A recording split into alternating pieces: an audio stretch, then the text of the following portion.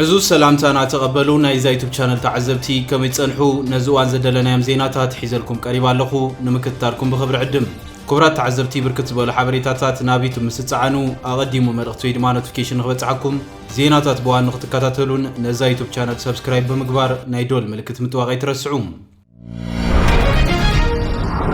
ኢትዮጵያን ኤርትራ ቀድም 30 ዓመታት ይባቱ ዝተባለ አፍልጦ ሀገራውነት ንኽተል ዕልዝሓት ጸብጻብ ሆርን ሪቪው አዘራራብ ኮይንሎም እዚ ናይ ሆርን ሪቪው ጸብጻባት ማዕኸናት ዜና ኢትዮጵያ ብሰፊሑ እናጸብጸቦ ይርከባ ሚኒስትር ዜና ኤርትራ አቶ የማነ ገብረ መስቀልን በዛዕባ ዚ ጉዳይ መልስ ይብሎም ሚኒስትር የማነ ገብረ መስቀል ቀይሕ መስመር ተጣሒሱ ብዝብል መግለጽ አውጥኢሎም بجس كيبولينا حلمهم نفلتو زي مريت كامتراريوم ناصنت ابيات ورق غيرو زقبلنا اكاليلن ناصنتنا بدمن دمصن حزبنا يترغاغيصو خبل غاليصوم ሚኒስትር የማነ አቤክስ አብዘርጉ ጽሑፍ አብዋን ሪፈረንደም ሓደ ካብቶም ተጠንቂቕና ዘፈጸምናዮም ጌጋ ኣብ ትሕቲ ዝኾነ ይኹን ኩነታት ናጽነት ብፍቃድ ወይ ቅበላ ናይ መንግስቲ ኢትዮጵያ ከይከውኒ ብዝብል ፕሬዝዳንት ኢሳያስ አፈወርቂ ኣብ መጽሔት ሕውየት ቁጽሪ 14 ሓምለ 1998 ዝተሓተመ ዝበሎ ጠቒስሎም ምዝ ተኣሳሲሩውን ኩናት ንስርዓት ኣብይ መጀመርታን ናይ መወዳእቱን ክኸውን ይኽእል ክብል ኣምባሳደር ዓንደ ብርሃን ገሊጹሎም ዘበቆርና ኣፍሪካ ብሰንኪ ዓለታዊ ምትፍናን ኣብ ውሽጢ ሃገራት ብዝግበር ኩናት ሕድሕድን ሃገራት ኣብ ሕድሕደን ብዝፈጥሮ ወጥሪ ይኹን ኩናት ከምኡውን بقدامه متتاو ዝተፈላልያ ሃገራትን ሓይልታትን ዝፍለጥ ዞባ እዩ ኣብዚ እዋን ድማ ካልእ ሓድሽ ኩናት ከይውላዕ እስኪሎም እዚ ኣብ ኤርትራን ኢትዮጵያን ዘሎ ወጥሪ ብቐንዱ ኢትዮጵያ ብእተልዕሎ ዘላ ሕቶዋን ንጣፍ ደገ ባሕሪ ዝተበገሰ እዩ ነዚ ሕቶ ዝንምርግጋጽ ድማ ብሓይልን ወደብ ዓሰብ ናይ ኤርትራ ክትመንዝዕ ኣብ ቅድማ ዘላ መረፂ ምዃኑ ካብ ቀዳማይ ሚኒስትር አብይ ክሳብ ዝተፈላለዩ ፖለቲካውን ወታደራውን መራሕቲ ሃገር ከምኡውን ደገፍቲ እቲ መንግስቲ ዝኾና ማዕኸናት ዜናን ነጠፍትን ዘጓሃርዎ ዘለዎ ጉዳይ ኮይኑ نزحلف أستاذ كل تعامل صنيحيوم نزو قداي مسؤول زامر زعباتاتنا العلوم BBC مس أمباسادر إيرترا بحبرة أوروبا كالوت هاجراتن زنبرة دكتور عند برهان ولد جرجش سفيح على محتتا كيد اللوم أمباسادر عند برهان أبزو وانزيل علوه مخار مسرح سلامي من كوينوم زسرح زلو إيرترا ومهوريوم BBC حتون تغرب أبزو وان أبزو زوبا أسكا فخنتا تفتير اللوم إثيوبيا بغتتا أتلعلو زلاوان نتأفدق بحري تاريخه ويخون حقا ومسارتون تايو نابي كمرعي خيل تسلوانة تنكلت هاجرات كينيون انتاي رأيكا بزبل زحات التخوينوم أمباسادر عند بران تملس زمدنا إيرتران إثيوبيا نوح تاريخ زلوم زمدنا خوينات قجت نيو حدا كابت مسارتاوي تنكتات كلتا ننبينو تراتس مترختات سلازلويو بوغن إثيوبيا ويجزات دربتات إثيوبيا انتبلنا يحيش ززرقح ترخاتات إثيوبيا نسلست شعامت دحرم مسرات نقسن تاخسوم كم نتصاغر كوينا كتنبر كم زت أنحتن إيرترا دما أكل كوينا كم زت أنحتن زقلتو حقنا زيبلو فترات الرخالو كبل قريتوم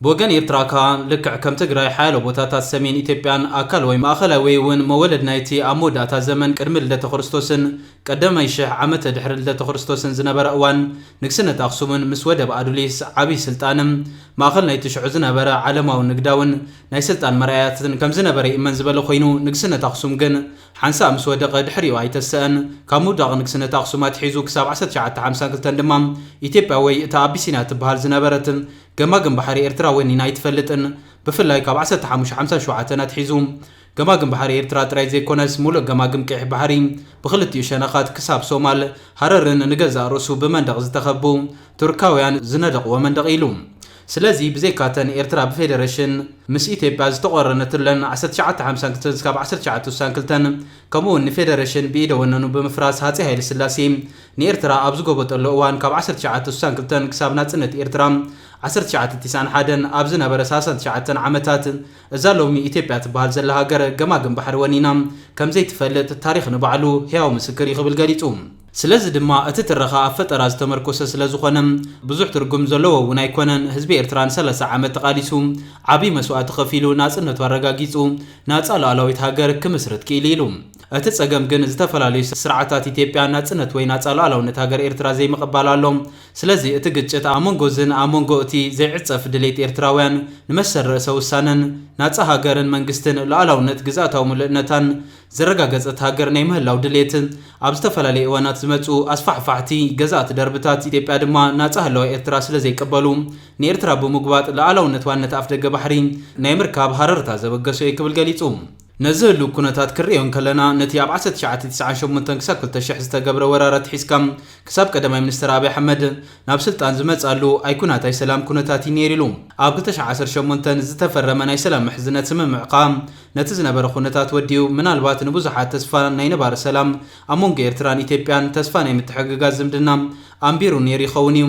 ኣብ ሓያሎ ግን እቲ ዝተገብረ ስምምዕ ትካላዊ ኣተሓሕዛ ስለ ዘይነበሮም ከምቲ ምስ ቀዳማይ ሚኒስተር መለስ ዜናውን ፕሬዝዳንት ኢሳያስ ኣፈወርቅን ዝነበረ ዝምድና ምስ ተበላሸወ ኩናት 1998 እስካብ 2000 ዘሰዓበ እዚ ኣብ መንጎ ፕሬዝዳንት ኢሳያስን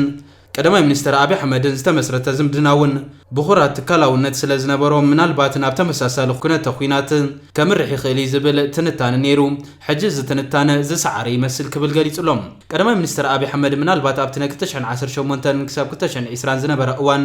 ዝነበረ ዝምድናን ወደኽደኽን ኣብ ኣስመራ መጺኡ ፕሬዝዳንት ኢሳያስ እውን ኣብ ኣዲስ ኣበባ ኸይዱ ፕሮቶኮላዊ ቅጥዒ ዝሰኣነም ንሉዓላውነት ንኽብሪ ሃገርን ህዝብን ዘዋርድ ዓጀውጀዋት ንስኻ ኢኻ ትመርሓና ካብ ሕጅን ህዝቢ ኤርትራ ህዝቢ ኢትዮጵያን ክልተ ህዝቢ እዩ ዝብል ነቲ ኽውንነት ዘይፈልጥ እዩ እናተባህለ ዝግበር ዝነበረ ብቑልዕ ርኢና ኢና ኢሉ ኣብቲ ብስቱር ዝገብርዎ ዝነበሩ ዝምድናታት እንታይ ዓይነት ዝርርባት ይካየድ ነይሩ እንታይ ምርድዳኣት ገይሮም ዝፍለጥ የለን ብዝኾነ ግን ሕጂ በብቑሩብ በጨቕ እናበለ ካብ ዝተፈላለዩ ውሽጣዊ ምንጭታት ዝመጽእ ዘረባታት ኣሎ ኣብኡ ኸያተና ግን ቀዳማይ ሚኒስተር አብይ ኣብ ሕዳር ወይ ጥቅምቲ 2023 ኣቢሉ ኣብ ፓርላማ ዘቕረቦ መደረ ቀይሕ ባሕሪ ባህርያዊ ዶብ ኢትዮጵያ እዩ ኤርትራ ኣካል ኢትዮጵያ ዋንነት ኣፍ ደገ ባሕሪ ንኢትዮጵያ ባህርያዊ መሰል እዩ ህላዋዊ ግድን እዩ ኩነት ናይ ላዕላውነት እዩ ብታሪክ ከዓ ናትና እዩ ዝብል መሰረት ዘይብሉ ዘረባ ኣሎ ኢሉ ቀዳማይ ሚኒስተር አብይ ታሪኻዊ ሰረት ዘይብሉ ነገራት ከም ታሪኻዊ ብፅሒት ኢሉ ዝጠቕሶም ብዝምልከት ዓሰብ ናይ ኢትዮጵያ ኮይና ኣይትፈልጥን ዓሰብ ንመጀመርታ ግዜ ብመግዛእቲ ጣልያንያ ተሃኒፃ ጣልያን ከዓ ዓሰብ ኣቢሉ እዩ ብገማግም ባሕሪ ካብኡ ናብ ከበሳ ዝደየበ ስለዚ ተቐዳመይቲ ግዛእቲ ኢጣልያ ዝኾነት መሬት ኤርትራ እያ ቅድሚኡ ናይ ኢትዮጵያ ኮይና ኣይትፈልጥን ብቐንዱ ኢትዮጵያ ትበሃል ሃገር እውን ኣይነበረትን መምስራት ሃገራት ኣብ ኣፍሪካ ምስ መግዛእቲ ተኣሳሲሩ ዝመፀ እዩ ኣቢሲንያ ወይ ሓበሻ ዝብል ሃፀይ ሃይለ ስላሴ ዘውዲ ኣብ ዝደፍእሉ ዘምፅኦ ሽም እዩ ብሓፈሽኡ ስለዚ እታ ኢትዮጵያ ትበሃል ሃገር ዓሰብ እውን ነይረ ዝብል ታሪኻዊ ጭብጢ ዘይብሉ እዩ ክብል ገሊጹሎም እቲ ዝበሃል ክንድዚ ኪሎ ሜትራት ካብ ባሕሪ እንተርሒቕካ መሰል ኣለካ ዝበሃል ሓሶት እዩ ኣበይ ናይ ሕጊ ኣሎ እዚ ካበይ መፂኡ ናይ ፈጠራ ትረኻ እዩ ከምኡ ዝብል ሕጊ የለን ኣብ ዓለም ካልእ ኣፍ ደገ ባሕሪ ንኢትዮጵያ ህላዊ ኣግድነት እዩ ዝበሃል ኢትዮጵያ ብዘይ ዋንነት ኣፍ ደገ ባሕሪ ሙሉእ ህይወታ ጸኒሓ እያ ስለዚ ዋንነት ኣፍ ደገ ባሕሪ ንኢትዮጵያ ግድነት ኣይኮነን ብዘይ ኣፍ ደገ ባሕሪ ንዝነውሐ እዋን ዕድማ ጸኒሓ እያ ኣፍ ደገ ባሕሪ ንሉዓላውነት ኣፍ ደገ ባሕሪ ቅድሚ ኩነት ዝብል ትረኻውን የምፅኡ እዮም እዚ እውን ሰረት የብሉን ብዘይ ኣፍ ደገ ባሕሪ ሉዓላውነት ኮይና ጸኒሓ እያ ክብል ገሊጹ ነዊሕ እዋን ክሳብ ኤርትራ ምስ ኢትዮጵያ ብፌደሬሽን እትቆረን ካብ 2000 ድሓር እውን ኢትዮጵያ ነቲ ናይ 1993 መተሓላለፍን ኣገልግሎት ወደባትን ምስ ኤርትራ ዝፈረመቶ ስምምዕ ኣፍሪሳ ተጠቃምነት ወደባት ካብ ተቋርጻት ሒዙ ክሳብ ሕጂ ኢትዮጵያ ሉዓላውነት ሃገር ኣይኮነትን ማለት ድዩ እዚ ብዙሕ ትርጉም ዘለዎ ኮይኑ ይስማዓንን ካልእ ዝመጽእ ድማ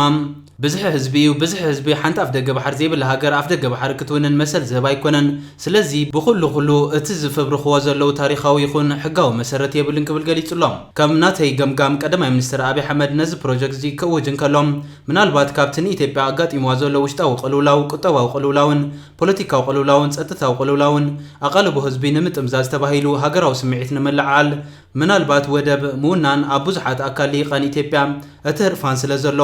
ደገፍ ዶ ይረክብ ነቲ እናንቆልቆለ ክመጽእ ዝጸንሐ ተቐባልነቱ